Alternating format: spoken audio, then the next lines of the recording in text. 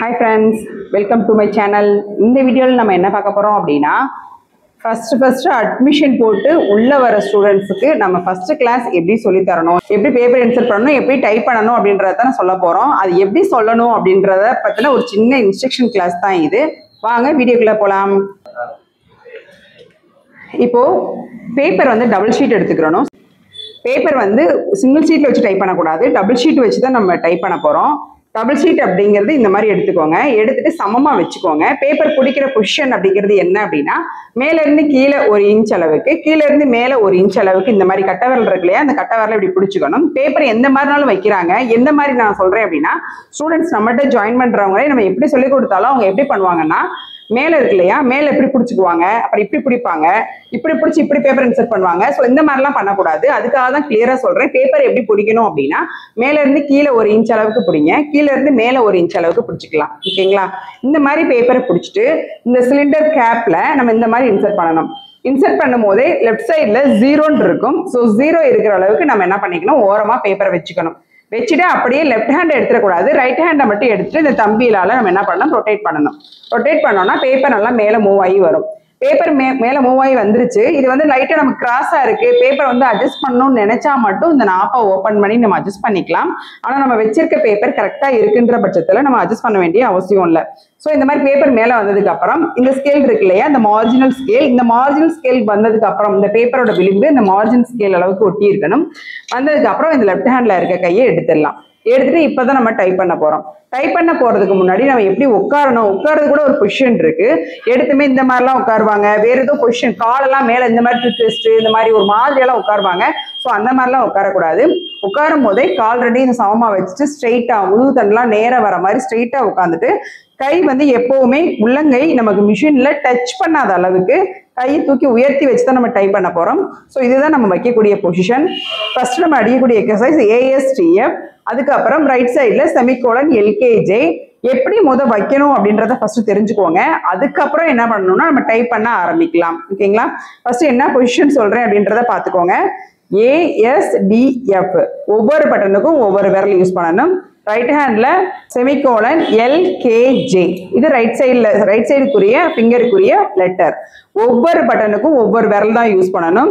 ஒரே விரலை வச்சு இந்த மாதிரி பட்டன்ஸ் எல்லாம் யூஸ் பண்ணக்கூடாது. ஒவ்வொரு பட்டனுக்கும் ஒவ்வொரு விரல் யூஸ் பண்ண சொல்லியிருக்கோம். ஸோ அதை தான் நம்ம யூஸ் பண்ணணும். ஸ்பேஸ் பாருக்கு நமக்கு left hand space bar, right hand space bar use பண்ணக்கூடாது.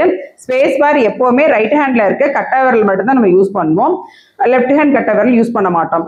இது யூஸ் பண்ணலன்றதுக்காக நாம இந்த மாதிரி மிஷின் இப்படி பிடிச்சலாம் அடிக்கக்கூடாது. இப்படி பிடிச்சலாம் அடிச்சிங்க அப்படின்னா நமக்கு அடுத்தடுத்த எக்ஸசைஸ்லாம் அடிக்க விடாது இந்த கட்ட விரல் அப்படிங்கிறது. அதனால 2 கட்ட விரலுமே இந்த கேப் இருக்கு இல்லையா, மிஷினை பார்த்து இருக்கணும்.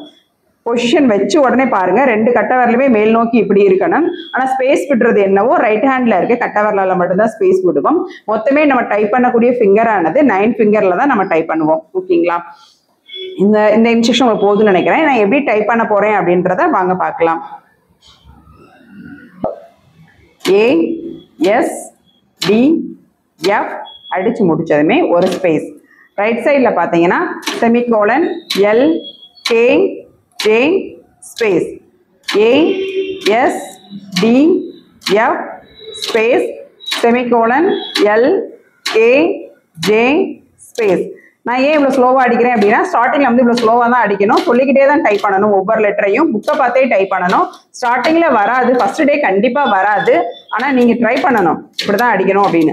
வந்த நாள்லயே இந்த மாதிரி ஃபாஸ்டா அடிக்கிறேன்ற பேர்ல ஒரே வரல எல்லாம் அடிப்பாங்க. அந்த மாதிரிலாம் அடிக்க கூடாது.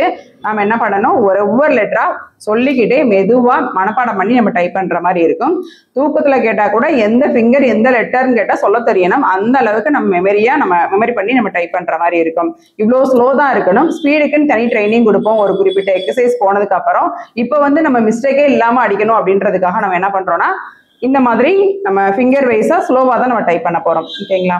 ASDF space, semicolon LKJ space, ASDF space, semicolon LKJ space. இந்த மாதிரி லெட்டர் சொல்லிக்கிட்டே அடிக்கணும். இந்த மாதிரி பெல் சவுண்ட் வந்ததுக்கு அப்புறம் நம்ம என்ன செய்யணும்னா, அடுத்த லைன் ஸ்பேஸ் விடுறதுக்காக ப்ரெஷ் பண்ணி இப்படியே அழுத்தம் கொடுத்து கொண்டு வந்தோம் அப்படின்னா நமக்கு லாஸ்ட் வரையும் வந்துடும். நமக்கு மார்ஜினோட அளவு என்ன அப்படின்னா 10 to 75. அதை வந்து நம்ம ஸ்டார்டிங்லேயே அந்த டிகிரிலாம் சொன்னா பிள்ளைங்க குழம்பிடுவாங்க. அதனால ஸ்டார்டிங்ல அப்படி சொல்றது இல்லை. நெக்ஸ்ட் லைன் வர்றதுக்கு இது ஃபுல்லா பெண்ட் பண்ணி கொண்டு வந்தோம்னா லாஸ்ட் இதோட நிற்கும். இங்கிருந்து நீங்க டைப் பண்ண ஆரம்பிங்க அப்படின்னு தான் சொல்லியிருக்கோம். ஸோ இதுதான் அடிக்கிற மெத்தட். அடிக்கும் போது நம்ம கையை என்ன பண்ணணும், இந்த மாதிரிலாம் கீழே வச்சு டைப் பண்ணுவாங்க. ஸோ உள்ளங்கை வந்து கீழே இறக்காம டச் பண்ணாம கையை உயர்த்தி இந்த மொட்டி உயர்வா வர்ற மாதிரி நம்ம டைப் பண்ணணும். டைப் பண்ணாலே நமக்கு ஈஸியா நம்மளால டைப் பண்ண முடியும், மிஸ்டேக் இல்லாமையும் டைப் பண்ண முடியும். ஸோ இதை மட்டும் ஃபாலோ பண்ணி ஃபர்ஸ்ட் எக்ஸசைஸ் நீங்க டைப் பண்ணுங்க. ஓகே, இப்பெல்லாம் நம்ம டைப் பண்ணி முடிச்சிட்டோம். நெக்ஸ்ட் லைன் வர்றதுக்கு எப்படி பெண்ட் பண்ணணும் அப்படின்னா, கையை குவிச்சோ அல்லது இப்படி கம்பியை பிடிச்சோ கொண்டு வரக்கூடாது. கரெக்டா 3 விரலோ 4 விரலோ நுனியில இப்படி அழுத்தம் கொடுத்து இப்படி கொண்டு வரணும் நெக்ஸ்ட் லைன் அப்படிங்கிறது. இதுதான் பொசிஷன். இந்த மாதிரி கோர்த்தெல்லாம் கொண்டு வந்தீங்கன்னா கை வந்து கேப்ல மாட்டிக்கிறோம். சொந்த வேலைலாம் பார்க்கவே கூடாது. இந்த மாதிரி பண்ணிக்கோங்க. டிக் வந்து 1ல தான் இருக்கணும். ஒரு லைனுக்கு இன்னொரு லைனுக்கும் அதிக ஸ்பேஸ் இருந்துச்சுன்னா அங்க இருக்க இன்ஸ்ட்ரக்ஷன் கொடுக்குறவங்ககிட்ட, இன்ஸ்ட்ரக்டர்கிட்ட, சொல்லித்தரவங்க யார் இருக்காங்களோ அவங்க கிட்ட கேளுங்க, கண்டிப்பா சொல்லுவாங்க. அப்படி இல்லைனாலும் சீனியர்ஸ் பக்கத்துல உட்காந்துருப்பாங்க, அவங்ககிட்டயும் கேளுங்க. டிக் வந்து 1ல வச்சுதான் நீங்க டைப் பண்ற மாதிரி இருக்கும். அப்படி வச்சீங்கன்னா மட்டும்தான் உங்களுக்கு டிக் வந்து, அதாவது லைன் ஸ்பேஸ் வந்து அதிகமா வராம கிட்ட கிட்ட வர மாதிரி இருக்கும். டைப் பண்ணும் போது கரெக்டா ஒரு 5 லைனுக்கு ஒன்ஸ் வந்து டபுள் லைன் ஸ்பேஸ் விடணும். அப்பதான் பார்க்க நல்லா நீட்டா இருக்கும். நம்ம டைப் பண்ணும்போது லெட்டர் சொல்லிக்கிட்டே நம்ம டைப் பண்ற மாதிரி இருக்கும். அவ்வளவுதான். இப்போ பேப்பர்லாம் நீங்க டைப் பண்ணி முடிச்சிட்டீங்க, இப்படி பெண்ட் பண்ணி ஒரு பேஜே முடிஞ்சிருச்சுன்னு வச்சுக்கோங்களேன். அந்த பேஜ் முடிஞ்சதுக்கு அப்புறம் பேப்பர் ஒன்று தானா கீழே விழுந்துரும்.